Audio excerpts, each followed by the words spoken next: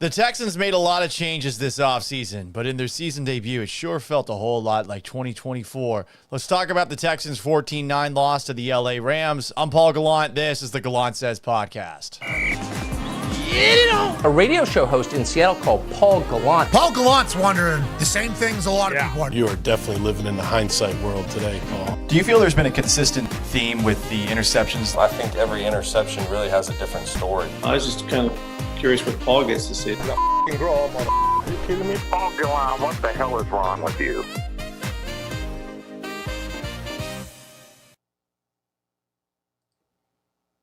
Hello and welcome aboard the Gallant Says podcast. It is Sunday, September 7th, 2025, live on YouTube at Paul Gallant, on Twitch at Gallant Says, on X or Twitter, also at Gallant Says, on Instagram at Sports Gallant, and on Facebook at Paul Gallant Sports. You can also catch episodes of this live Monday through Friday. We're shooting for this week at 6 a.m. Central Time, also occasionally after major Houston sporting events like tonight, where the Texans lost 14-9 to the Los Angeles Rams. It's also available after the fact wherever you get your podcasts, Apple, Spotify. If you haven't already, on YouTube, like and subscribe if you're a first-timer and you like what you see. And if you want to listen to this bad boy, then check it out on the Apple and Spotify side of things. Subscribe, leave a review, blah, blah, blah, blah, blah, blah. If you're watching on YouTube, which is the best way to watch this show, and you want to cut me off mid-thought to ask a question or make a comment, super chat me on YouTube or Twitch, and I'll play this. Paul, stop talking. Listen. Former Houston Texan Wade Smith, and then I will actually respond immediately to what you have to say. But I will eventually get to your comments no matter when, no matter what. That was a very disappointing loss to open up the season. I want to start off by saying this. You should have expected some degrees of this early on in the season for the Texans. This is a team with a new offensive coordinator, a new offensive line, a new offensive line coach, and specifically to open up the year, there's no Christian Kirk, who missed today's game with a hamstring injury. There's a bunch of rookies playing wide receiver out there. Jaden Higgins, Jalen Knoll. You're also without Joe Mixon for a few weeks. So you're already a little bit hamstrung. And on top of that, today before the game, we found out that Texans right guard Ed Ingram couldn't go. So they had to do more shuffling on the offensive line, which we sure saw a lot of last season, right? So they moved Titus Howard from right tackle to right guard. They moved Ariante Ursary, who's been doing left tackle for much of training camp, to right tackle. They brought Cam Robinson in off the bench to play left tackle. I'm not making excuses here. I just want everyone to chill for a moment and remember, it's not about what they're doing the first couple of weeks of the year. It is about how things progress over the course of the year. The big problem, though, coming out of this game is that it really just felt a whole lot like last season on a lot of different levels. And while maybe the offensive line's a little bit better, just a little bit, the little things and the inability to fix those small little things on a game-to-game basis, once again, that's why they're on the losing end of a game against a team that we consider to be really, really good. Rams almost beat the Eagles last year. They were one fucked up third down away from potentially taking Philly down, and who knows who wins the Super Bowl if Philly's out of the equation, you know? So this is a very good team. And you're on the road. I don't think LA is the most hostile environment, unless you're maybe going as an opposing fan. But there are definitely reasons to maybe take a deep breath and think to yourself, okay, there's still 16 more games. But 11 penalties for 80 yards, the little things that never were cleaned up last year. God, of course that's not cleaned up week one, right? Of course it's going to look just the same way it did last year.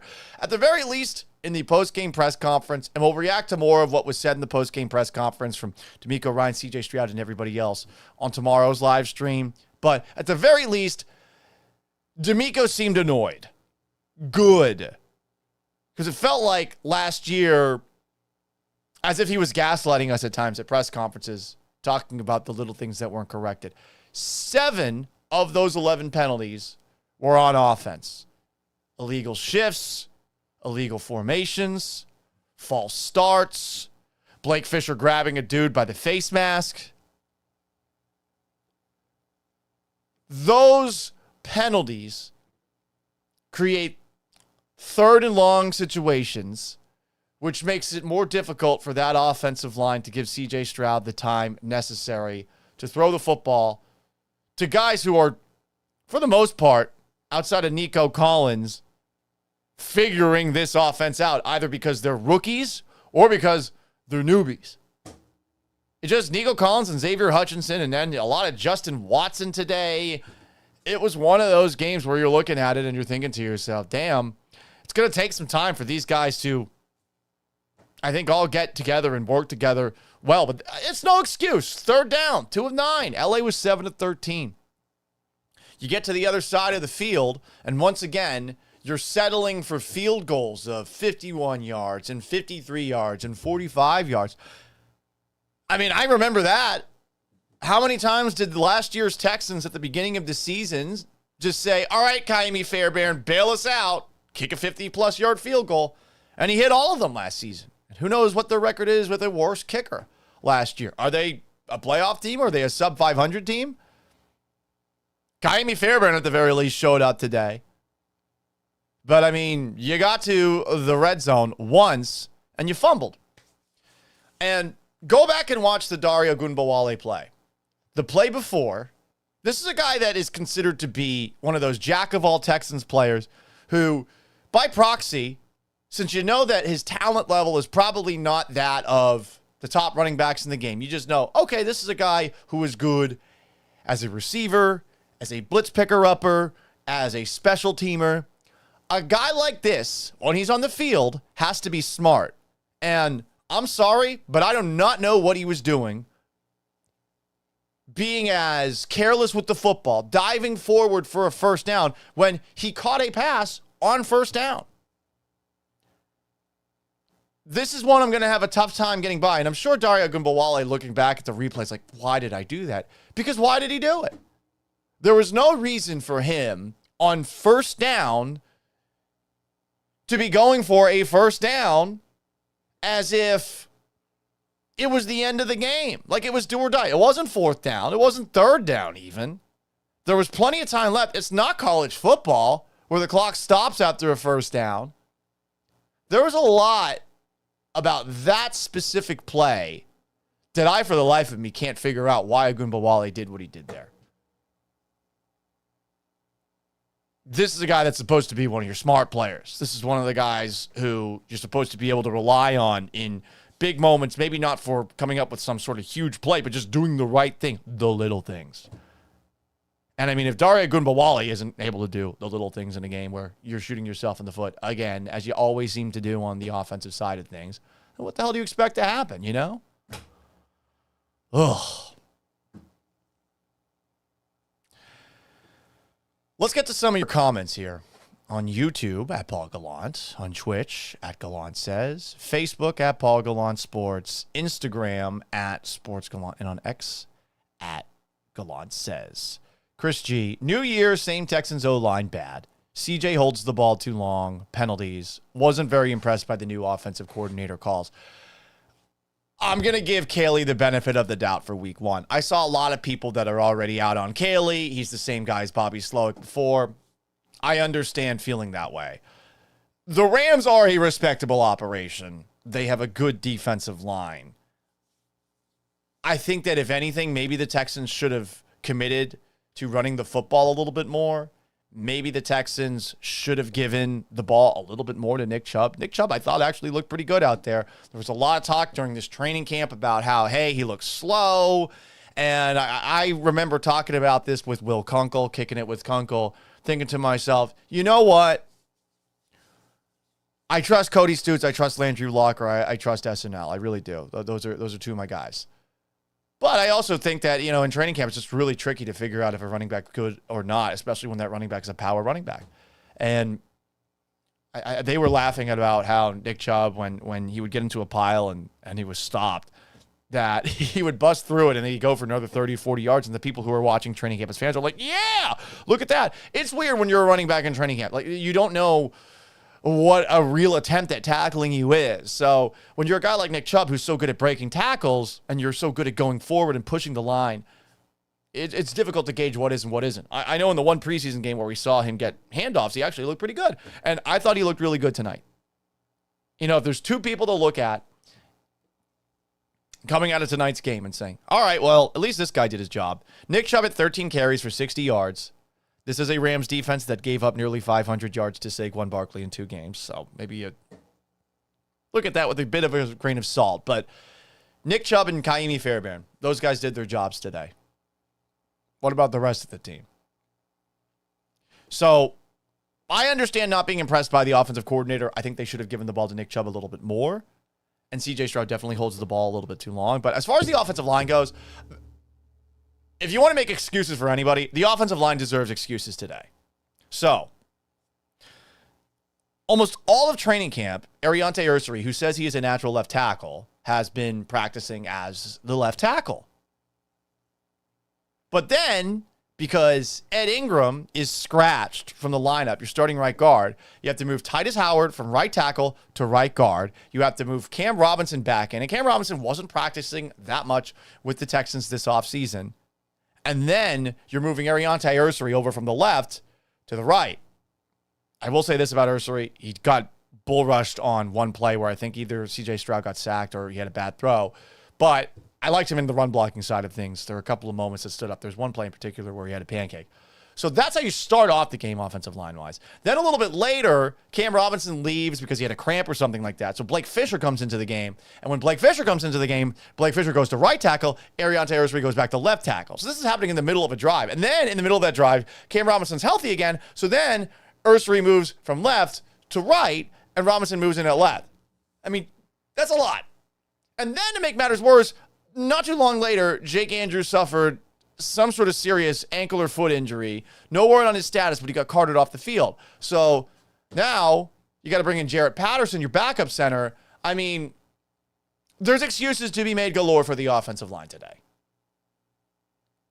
I always make this joke about my high school football team's weight room. There's this sign that says excuses. Skin of a reason, stuffed with a lie. But the offensive line, I think you can make some excuses for them today. You got to clean up the little things. You got to be better with these little things. Ian Ellison asks, thoughts about the penalties. These things need to stop happening as frequently as they do. And that is something that gives me pause when it comes to what is DeMeco Ryans as a head coach. This was a problem last year. It's one thing when it happens when you're a first-year head coach and you've got a rookie quarterback, but it never really got better last season, and this is how we start this year. Doesn't it feel like 2024 on a lot of different fronts? I see a lot of doom and gloom. I see a lot of skies falling. I'm not there. I'm just looking at the first game of the season, and I'm thinking to myself, fuck, last year, this happened a lot. There was a lot of preaching this offseason about how we don't do this anymore. Will Anderson said it. CJ Stroud said it. And yet, what did we see today? Bobby Thornton says we suck again. I don't agree with that. Justin Booth says on YouTube, Coach had gotten mad when the media kept asking about the offensive line. Like, what did he expect when they didn't go out and really get nobody in the offseason and they traded away a good left tackle? Yeah, DeMeco's been getting a little testy at times when asked about injuries as well.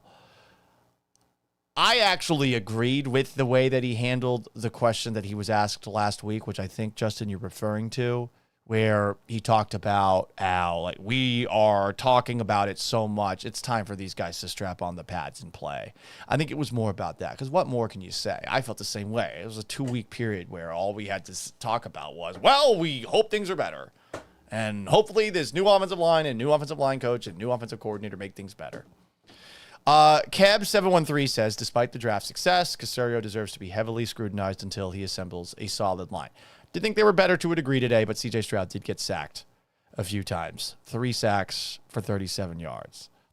For what it's worth, let's do a little math here. We'll see if is C.J. Stroud on pace to be sacked as many times as he was sacked last year. Calculator. I'm looking this up on the fly. I can't do the math very well. I think the 3 times 17. 3 times 17. Oh, that's 51. Oh, shit. That's on pace for 52 sacks. Damn it. Damn it, damn it, damn it. More comments here. You can join on YouTube, Twitch, Instagram, Facebook, and on X. Kev713 says, oh, that's the one I just read. Sorry, guys. Trey of Texas, first game of a long season. We'll see if the O-line can gel and if they can get Nico the ball more. Bottom line is all the penalties killed them on both sides of the ball. The penalties set up third and long situation after third and long situation. And that's just tough for any offense to overcome. It is. Glad someone brought up the Nico Collins stats. Nico did play today. Didn't do much. 3 catches for 25 yards. And whenever he was missing or didn't have a huge game for this Texans offense, don't expect much. The supporting cast after Nico Collins has to step up. Dalton Schultz had a ball that he bobbled that could have been a key catch. 5 targets on the game. There were moments where I liked what I saw from Schultz. People were giving him a lot of shit because that hurdle that he had, he gets tripped up a little bit and he wasn't able to get the first down. I'm not going to dump on him for that. It's tough to hurdle people, but D'Amico Ryans also said that he looks like the old Dalton Schultz. Some comments on the Instagram. Sean Martinez asks, was the O-line that bad or the Rams that good? The Rams defensive line is very good from a pass rush perspective. And I think that the musical chairs the Texans are playing on the offensive line, I mean, it was not an ideal scenario for them today. Does that explain away everything we saw? No, but I mean, that was not their ideal starting offensive line. They were down 2 of their 5 starters by halfway through the game whenever Jake Andrews left,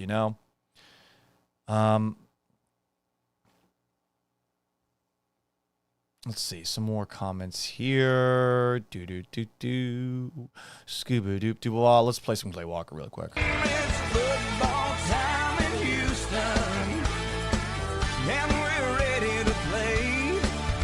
Justin Booth says, this is my last year giving Nick Caserio the benefit of the doubt because this O-line is beyond a tragedy. For real, for real.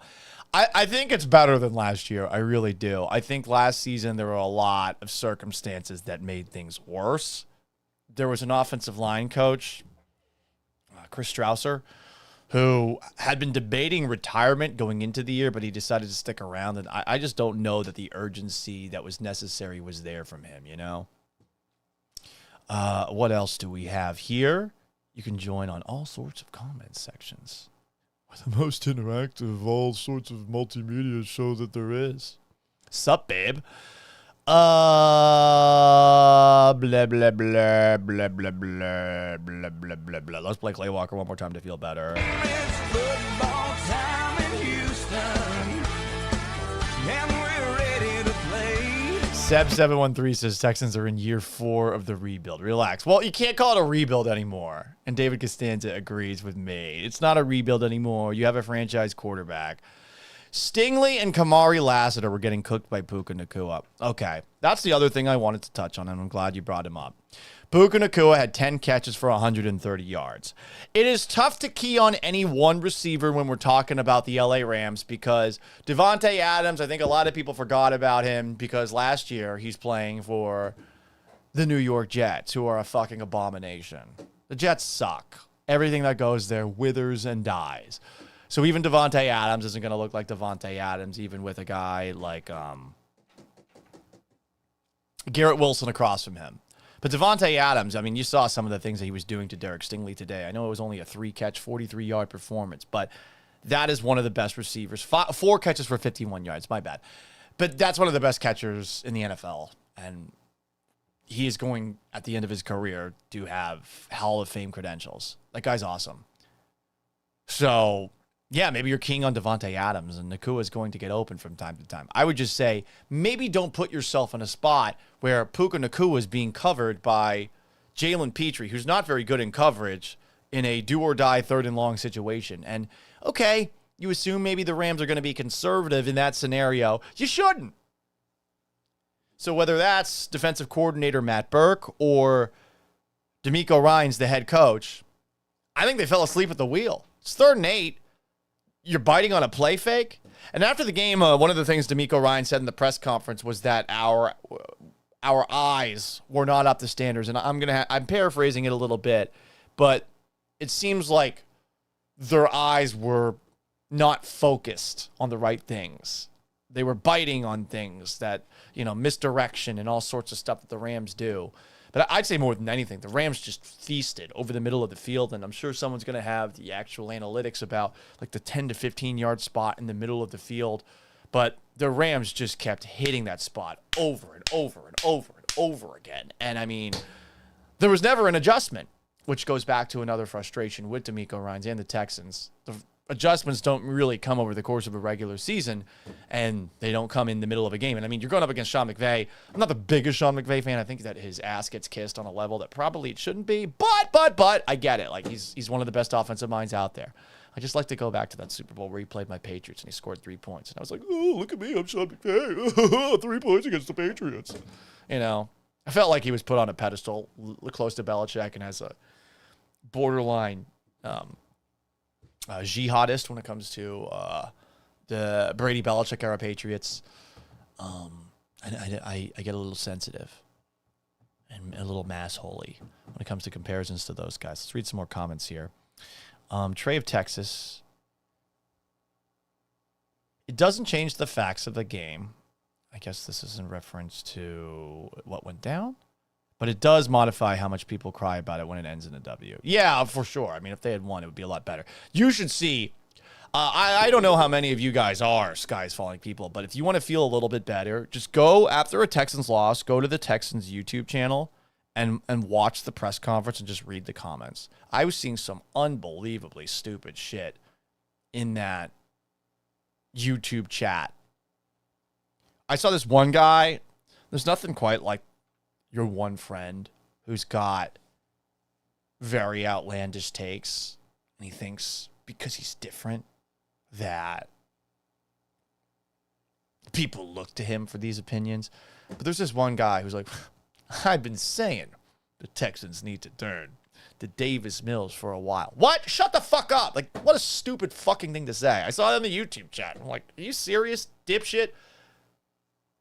Fuck. This is like when Roland Martin used to call into the Texans postgame show on Sports Radio 610 and say, oh, I didn't say TJ Yates said the game. Are you fucking dumb? What are you talking about? Stupid.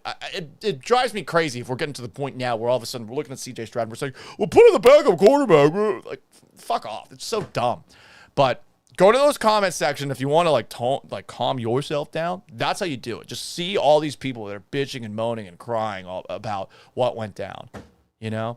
Sean Martinez says we need to bring Case Keenum back. Case Keenum, I think, is on the Chicago Bears this season, you know?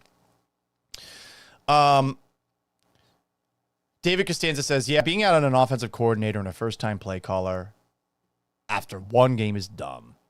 Maybe other people. I would still have wanted answers on a lot of things because Azeez Al-Shaair won't always be there to force a fumble on a game-sealing drive being imposed by the other team. And thank God he did, you know? That was a hell of a play by Azeez. It really was. But they didn't make enough plays. And I said going into this game that they're going to win if they score a defensive touchdown or a special teams touchdown. Like, I think that would have provided the difference. But, I mean, shit, they didn't score a touchdown today. So, it would have helped if the defense or the special teams scored on that front. What else do we have here? Chris G, they need to cut Blake Fisher. Every time he comes in, he gets cooked. Well, here's the problem. You're at the point now where your offensive linemen, these are who you got. Like, you're not finding offensive linemen in the scrap heap, in the Walmart DVD bin at this point of the year. You're just not finding that.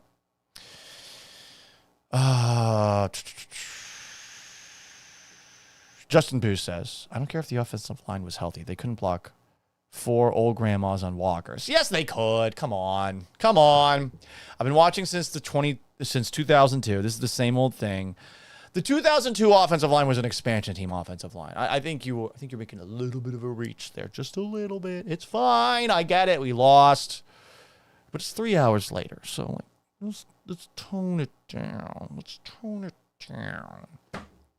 Trey of Texas says if they ball out against the Bucs, it'll go a long way towards soothing the worries of most fans, even if they don't win. No, you go 0-2, everyone's going to freak out. Are you serious? Or they're just going to be collectively out on the team. I say that as somebody who... The big break I got in Houston when I was working at the Texans flagship was I did nights for a long time. I loved doing nights, but I also wanted to have a social life. I wanted to be able to actually see people during the week. And I wanted people to actually listen to my show. So I remember, not that no one didn't listen to the night show, but, you know... It's one thing to listen at night, and it's another thing to listen during the mornings or during the afternoons. So I got brought up to the morning show, which was Mike Meltzer and Seth Payne, both of whom I'm still very close with. And football season begins, and I really do think that this affected the show.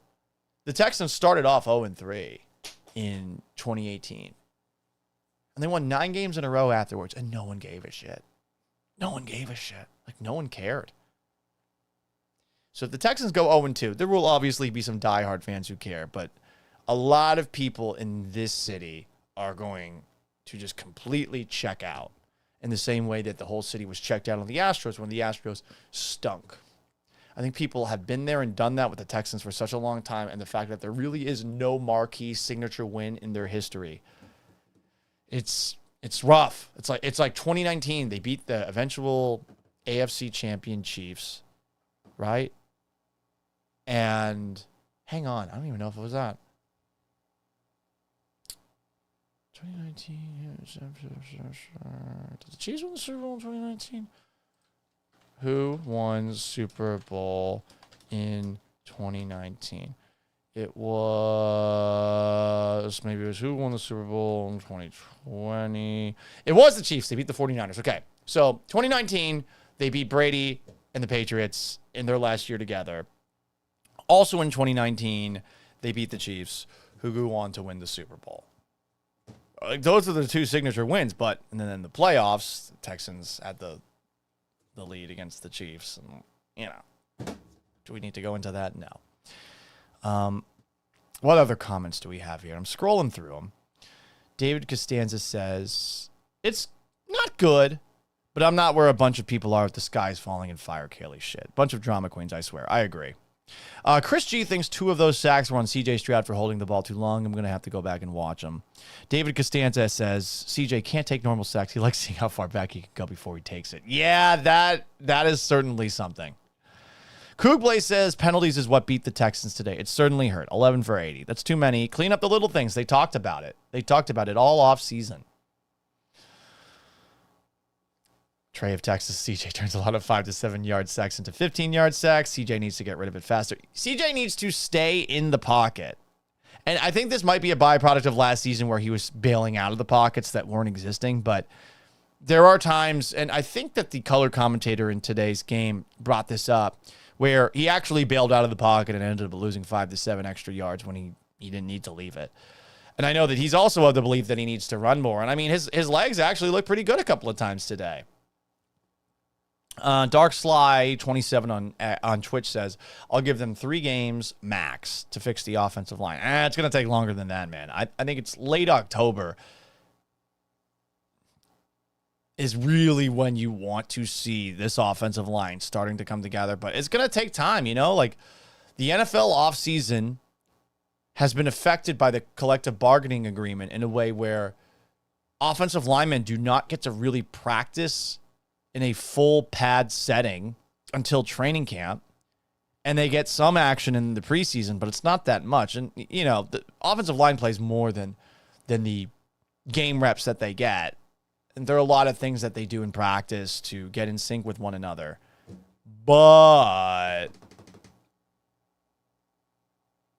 there's nothing that substitutes for game reps. And I just think of all the positions in the league, offensive linemen are going straight up a hill to kick their career off. And then if you're moved to positions you're not comfortable with, or if you're thrown in too early, it can affect your confidence. You get injured a few times like Kenyon Green. That's it. So I think it's going to take a little bit longer than a lot of us want for this thing to get going. CEB713 comments, Bucs are going to blitz the crap out of this line next week. Well, I would for sure.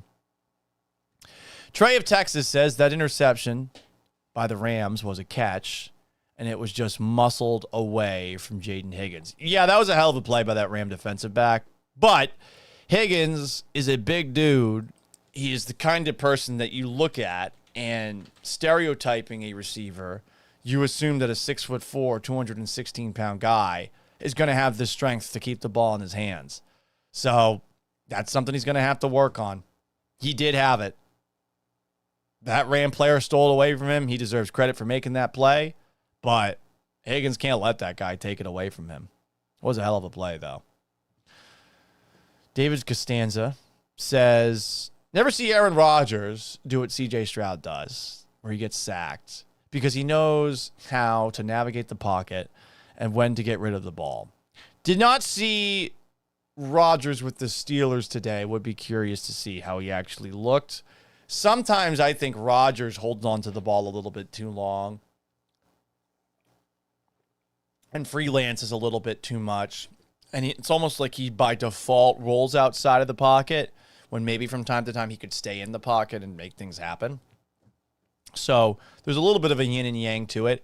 Stroud is not like Mahomes and Rodgers on that front. Stroud is at his best when he is standing inside the pocket like an old school quarterback. He does have surprising mobility for a guy who is probably at his best when he is standing in there, but he has to get back to standing in there. And I think when he has space that opens up, using the pocket to scramble as opposed to looking to bail out and roll out. Rodgers does that a lot. Mahomes does that a lot. They're just different players on that front. Trey of Texas brings up Petrie's killing us in coverage. Yeah, I don't know the specifics of who was supposed to cover what, but the fact that 3rd and 8 do or die situation that Puka Nacua, who had been killing you all game, ended up with Jalen Petrie covering him. I mean, good job by the Rams setting that up, but how does that happen? I get that they have Devontae Adams too, but you have both Derek Stingley and Kamari Lassiter.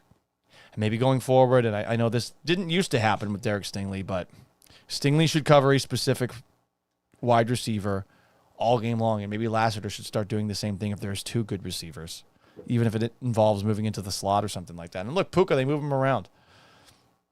So it's not easy. Mr. Schneebly, that's a funny name. Offense is going to have growing pains the first few games. If we still look like this after the Week 6 bye, that's when it'll be time to panic. I agree. It's going to take time.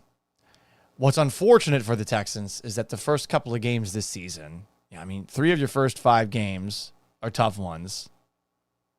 Today against the Rams, next Monday against the Bucs, and then Sunday the 5th against the Ravens. Right now I got Ravens and Bills up on the TV above me in studio, and the Ravens are beating the Bills as I speak. Those are some tough games. The Jaguars looked respectable today as well. I think you have to take them with a grain of salt because, we all have questions about Trevor Lawrence, and also look at the Panthers and their defense. Travis Etienne looks awesome yesterday. When's the last time we could say that? But they won. And the Titans, for what it's worth, and I know that spread moved around a lot. Cam Ward was a rough first game for him, 12 of 28, sacked 6 times. But Broncos didn't run away with that game, and a lot of people are very, very, very bullish on Denver this season. Sean Martinez asks, what are we sipping on, Paulie? I have not drank since I was at McIntyre's earlier this afternoon. I watched in the afternoon window. I went to McIntyre's to watch the Patriots and Raiders game, along with some other NFL games. And I'm a little disappointed. all you Texans fans, I know you're frustrated, but imagine watching the Patriots and wondering, okay, maybe Drake May's not the guy, and the Patriots are making dumb mistakes. They have no one really on the offensive side of things, and Geno Smith was carving them up. So, could be worse, but there's expectations in Houston, and I do understand the frustrations because a lot of things that you would think would have been cleaned up by now, or that should have been cleaned up this offseason, were not cleaned up in this game. Hang on a second, guys. I'm got to blow my nose. It's going to sound gross. I'm going to put it on mute for a second.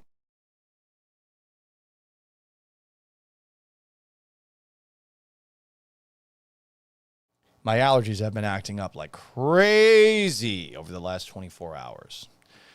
David Costanza says, Emeka Egbuka, the Buccaneers rookie receiver, is going to cook Petrie in the slot next week for sure.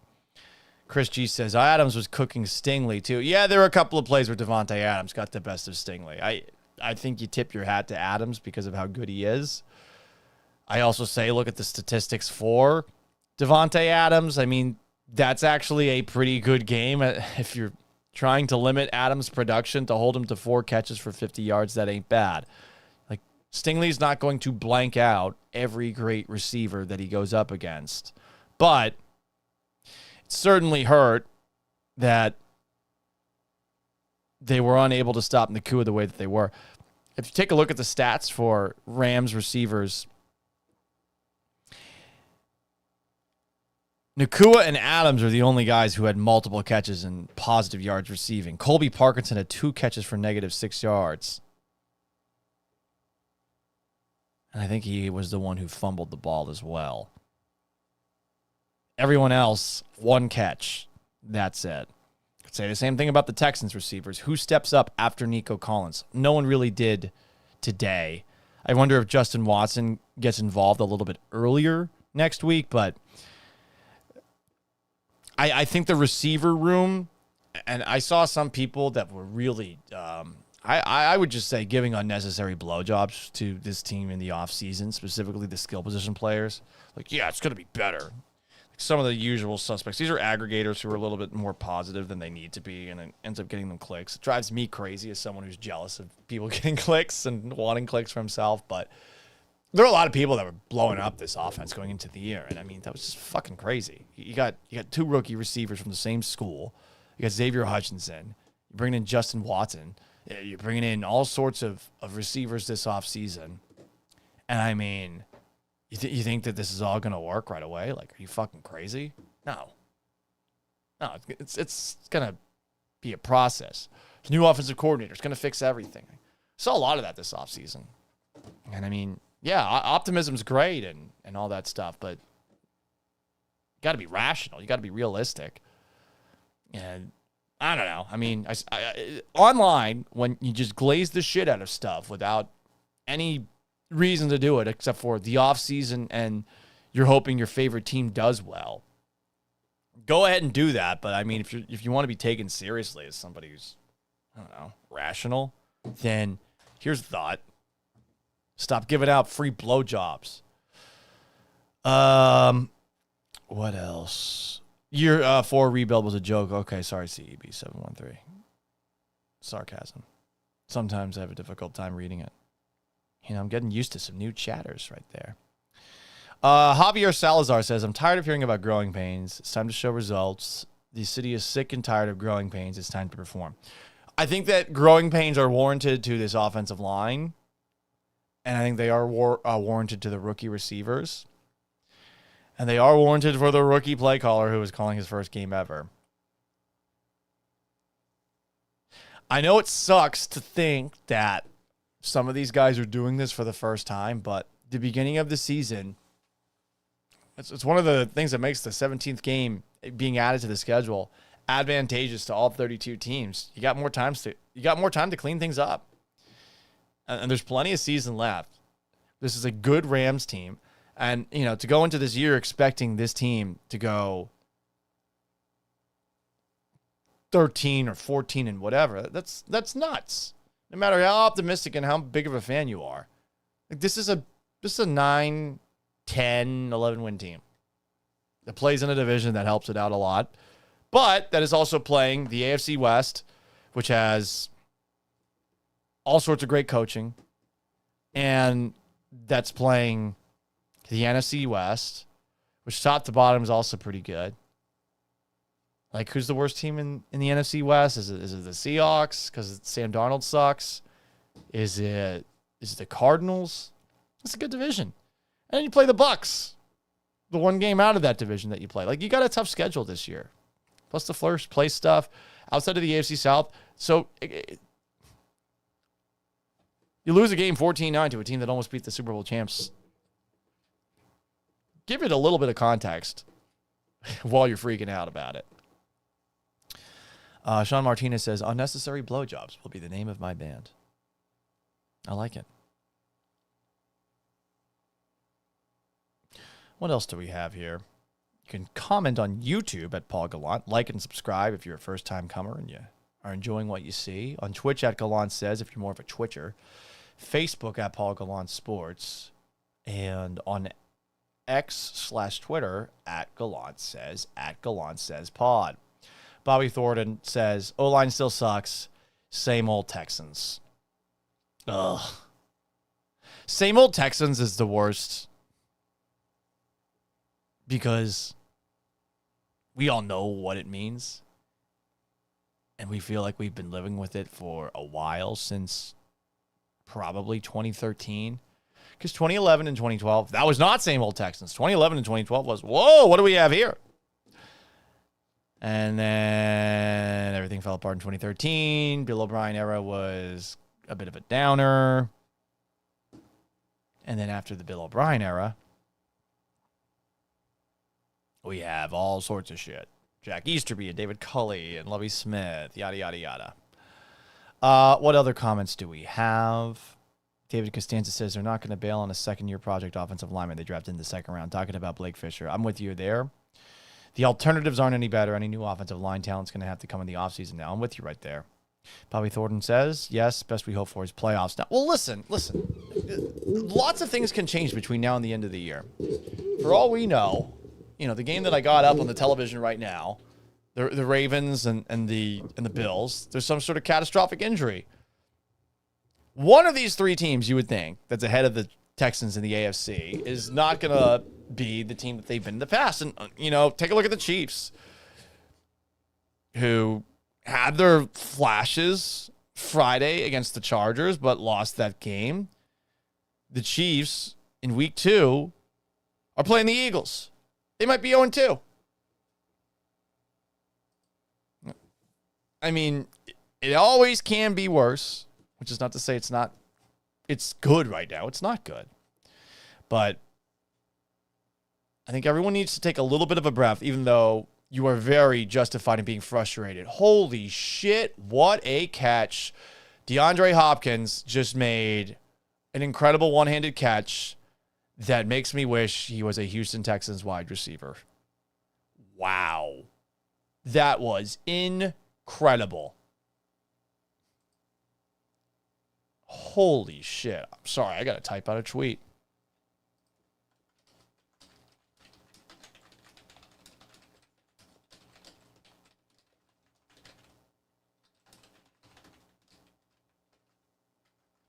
Goodness gracious.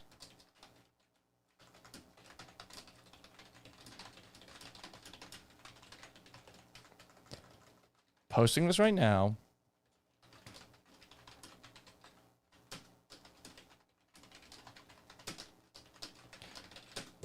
Well, that catch makes me wish DeAndre Hopkins was a Texan again, especially with the lack of production in the wide receiver room today. No real help for Nico. Hashtag H-Town made. Because that's the hashtag that they do on X. It gives you like a little graphic thing. What else do we have here, comment-wise? Common Sense 200. On a good note, Houston's still undefeated in the conference. Tiebreaker still on their side. That is true. Let's find the spin zones, baby.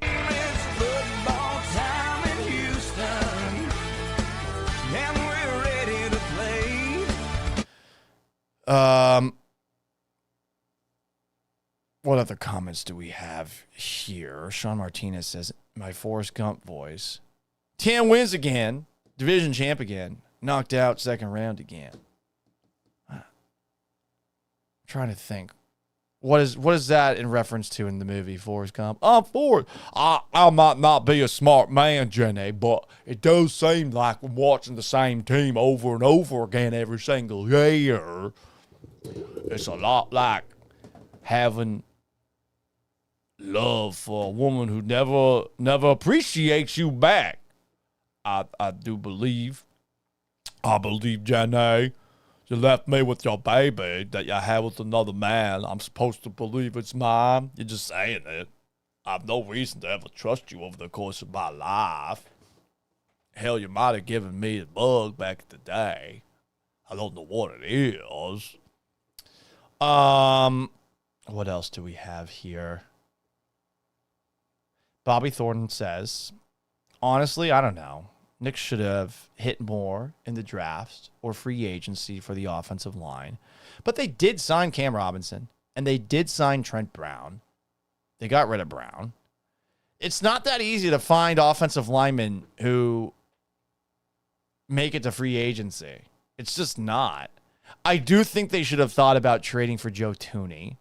The Chiefs traded him to the Bears for just a 4th-round pick. We will see how Thuney looks in Chicago. The Bears, I think, play tomorrow, Monday Night Football, against the Vikings. But that would have been a move I would have done. They didn't do that. And it is kind of weird because Joe Thuney was a Patriot while Nick Caserio was there.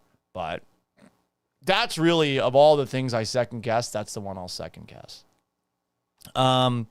More comments here. Shredder _S_07. I don't remember the Texans ever having a lights-out offensive line. 2011 was awesome. 2011, left to right. Dwayne Brown, left guard, Wade Smith. Center, Chris Myers. Wade and Chris, great dudes. Right guard, Mike Brizell. Right tackle, Eric Winston. That offensive line was awesome. And the best part about them, go watch the Texans playoff game against the Baltimore Ravens in the 11-12 playoffs on the road. The offensive line did their best to keep TJ Yates upright. The offensive line also paved huge holes for Arian Foster, who fucking balled against the Ravens in that game. He was awesome. But TJ Yates threw 3 picks, could have been more. They were knocking on the door. They had the ball in Ravens territory with about 2 minutes left, and Yates just threw a horrible interception that was essentially a punt, and that was it. What else do we have? Justin Booz asks, do you think Nick Caserio will make any changes before the trade deadline? It's tough to say. It's one game, you know? I'm not overreacting too much, and they're definitely not going to overreact. They are certainly looking at themselves in the mirror, and they're pissed, and they should be pissed about the small things that they haven't cleaned up. Because that's the thing that I just cannot wrap my head around. If we like D'Amico Ryans as a head coach, we got to ask, well, why isn't that being cleaned up? It was a problem all season last year, and week 1 looked a lot like last year. From an offensive line perspective, less so. But from a shooting yourself in the foot and giving yourself impossible situations to try and get out of, that happened again. So I hope that D'Amico lit that team up in the locker room. They deserve it. All offseason, they talked about how we're not going to shoot ourselves in the foot. This is a new team. Didn't feel like that at all today. I think that's the worst part about this. It just feels so much like last year. Lots of games left. 16 to be precise. But everything you saw today, you felt like you've seen it before. And it makes you expect more of the same going forward, even though you got so many new pieces this season. New offensive coordinator. New offensive line coach, but also new receivers, which definitely doesn't help you out. I don't know what they're going to make from a trade perspective that's really going to help them. You have to find offensive linemen who are probably on expiring contracts. And what do you give up? Nick Caserio is not afraid to make a trade or two, but who is going to be available that you can bring in the middle of the year that a team would actually be willing to give up? Because generally, if you find an offensive lineman who's good, like unless that guy's an asshole, like you're not going to get rid of him. Get Bruce Matthews for offensive line coach. That's what Hassan Willridge says. I mean, that might work, might not work too. I don't know if Bruce Matthews has been coaching on the offensive line anytime recently. I know he's one of the best ever. He played for the Oilers, and then he played for the Titans. And he's the one ex-Oiler that believes that Houston should own the Oilers. Everyone else seems to have been bought off by the Amy Adams Strunk. But has he been a coach? He hasn't been an offensive line coach since 2013. He was an offensive assistant for the Texans in 2009 and 2010. He has not coached at the NFL level since 2013, so over a decade. I don't know if he's going to go back into it. Common Sense 200 says, I would be happy to get an intentional grounding penalty if it means not getting a super long sack. I mean, Stroud's got to roll out of the pocket and get rid of the ball from time to time instead of running straight back. I get what you're saying. Hey, you throw it in the dirt. At least he's not going to get hit. But that's a bad habit, I think, to get into. IDK says, let's be for real. Trade CJ. Davis Mills is better than CJ. Jesus Christ, dude. Jesus Christ. Justin Terrell says, this isn't the division. It's not an 11-win team. They aren't bad. We can't overreact, but it's just not a team that can take over in multiple ways. Yeah, it can't defensively, I think. Captain Photon says, Paul, you have so much energy. I appreciate you thinking that I have energy. Super chat. Sorry, didn't see this until now. Paul, stop talking. Listen. Dominic Pisanelli says, Paul, it's reaching a point where I would rather ask my wife how her day was than watch the Texans on offense. Well, that's not nice to your wife, Dominic. That's not nice. If you're asking your wife how her day goes, you should be an active listener and, I don't know, have some feedback for her. I appreciate that you paid me to answer that question. I really do. But let's be respectful to the wives out there. Am I saying that because my girlfriend might be watching on Twitch or on Instagram? Yes. Yes, I am. Love you, babe. What other comments do we have here? Common Sense 200 asks Dominic, shouldn't you be doing that anyway? Dominic says no. David Costanza says not necessarily. Oh, man, that's funny. Frontrunner says they need to cut Dameon Pierce. I don't know if it's a Dameon Pierce problem, but they definitely should have used Nick Chubb a little bit more today. Frontrunner says, Kaylee looks like Bobby Jr. with the play calling. I need people to give examples when you talk about the play calling. You got to tell me what about the play calling was bad. Specifically what? Like they ran screens to the side. There was one screen that got positive yards, you know? I would say for the illegal formations and for the false starts and stuff like that, okay, you can point at at Nick Kaylee, and you can point at the offensive line. You can point at CJ Stroud for all of those issues. But I think when you're talking about the play calling, I need specifics. I saw a lot of people say, oh, the play calling. Explain it. Think about it. You're playing musical chairs on the offensive line in this game. You got a bunch of new wide receivers out there. You got a play caller in his first game ever. So there's going to be some growing pains on that front. I know we hate to hear about it. What about the play calling did you really not like? I need specifics. Can't just be saying the play calling, because then I have something to respond to. But when you say the play calling, I don't know what you're referring to in particular. I do not. Jeffrey says maybe we can trade Dameon Pierce for an offensive lineman. Nah, you can't trade a running back for an offensive lineman. That doesn't work like that. You trade draft picks for an offensive lineman, but running backs are very expendable. Cebu says, did you notice Joe Mixon was left out of the team's 2025 hype video? Feels like he's not playing this year. There was a perhaps Freudian slip by D'Amico Ryans at today's press conference where he was asked about all the running backs that the Texans have. A lot of people were asking questions that were saying, like, yeah, you guys got a lot of depth at the running back room. And I was like, well, I don't know, Jim. Nick Chubb, if Nick Chubb's the Nick Chubb of old, yes, there's a lot of depth. But at one point, while answering that question, I think D'Amico Ryan says, yeah, we got like 4 running backs. And it felt like he was correcting to make sure that he's still talking about Joe Mixon. But yeah, I would not be surprised if Joe Mixon doesn't play at all this year. And if we do not hear one more update about Mixon the rest of the year. Not at all. DeRhino. Paul, stop talking. Listen. What's up, brother? He says, my hope is maybe things will start to click like they did the first year under Slowick. Well, I mean, did click against the Bucks for what it's worth a couple years ago. Did click against the Bucks. Payne Moore says, like I said earlier, looks the same as last year. Yep. Brandon Halam says, why was Diana Rossini dropping things about Jimmy Garoppolo late last night? I don't know. Italians favoring Italians. I don't know. Rossini, Garoppolo. Yeah, I don't know. Truly, you would have to give me a little bit more specifics on that front.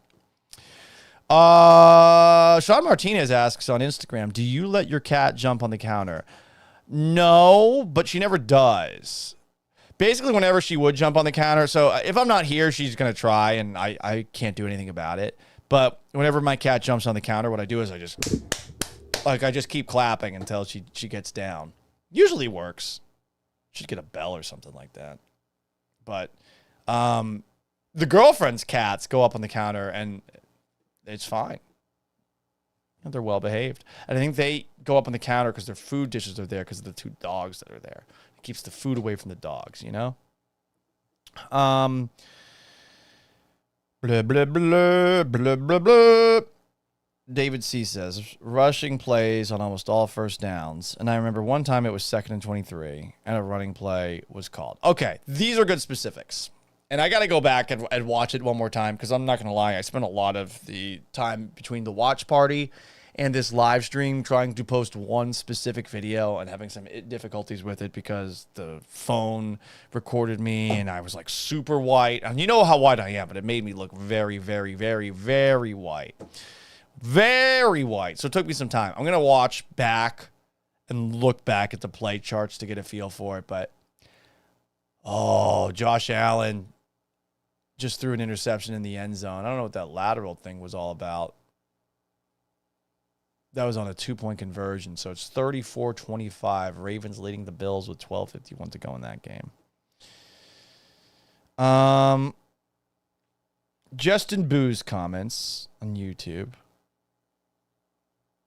I honestly will always believe without a good offensive line, I don't care who calls plays. It'll never work till they get the line right, in my opinion. Yeah, and it's going to take time. The hope is that it gels over the course of a season. I think Ursery, they found a real good player in Ursery, but it's after that, especially since you bring in Jake Andrews, he's got the Patriots familiarity, and who knows how long he's going to be out after whatever happened today. It's tough, man. They're in a tough spot. Rough day for the Texans. It's just a lot of the same old. In the 14-9 loss. You got a new offensive line. You got a new offensive line coach, a new offensive coordinator, and yet you're shooting yourself in the foot with mistakes. You're kicking long field goals. You're just not quite doing enough, and your defense tries its best, and it creates a takeaway in with its back against the goal, and it does all sorts of things for you, but ultimately, in the biggest moments, they're kicking long. It's not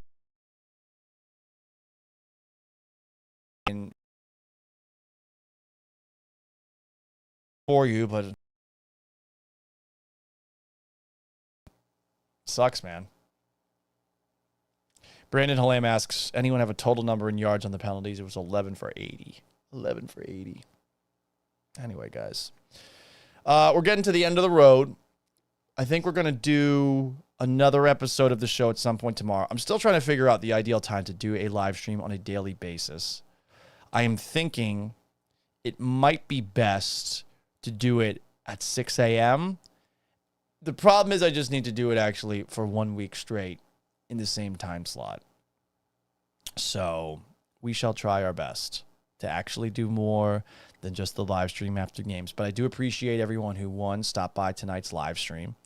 If you haven't already, please subscribe to this on YouTube, like the video, or sub on Twitch if you're more of a Twitcher. Give me a follow on X and Twitter at Gallant Says, on Instagram at Sports Gallant, Facebook at Paul Gallant Sports. You can listen to this in its audio form wherever you get your podcasts, Apple, Spotify.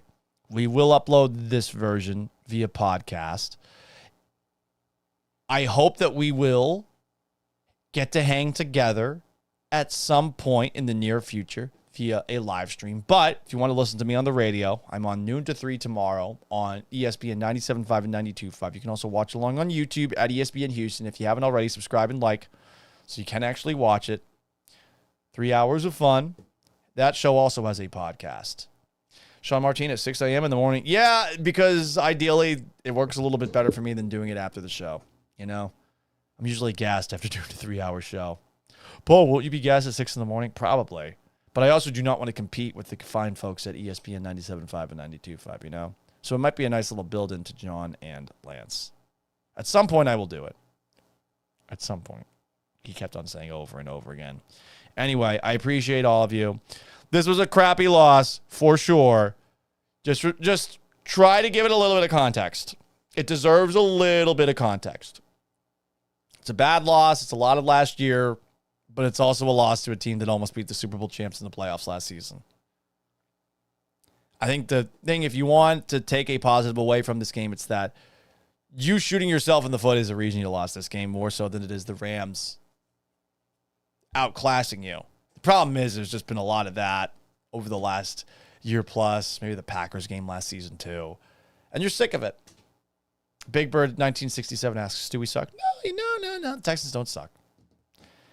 But this is definitely a frustrating loss. And Monday night, the home opener against the Bucs, no margin for error against a team like that if you don't want to start 0-2. Big thanks to everyone who tuned in. I think I've said this a couple of different times, but I appreciate everybody so much. So long. Farewell.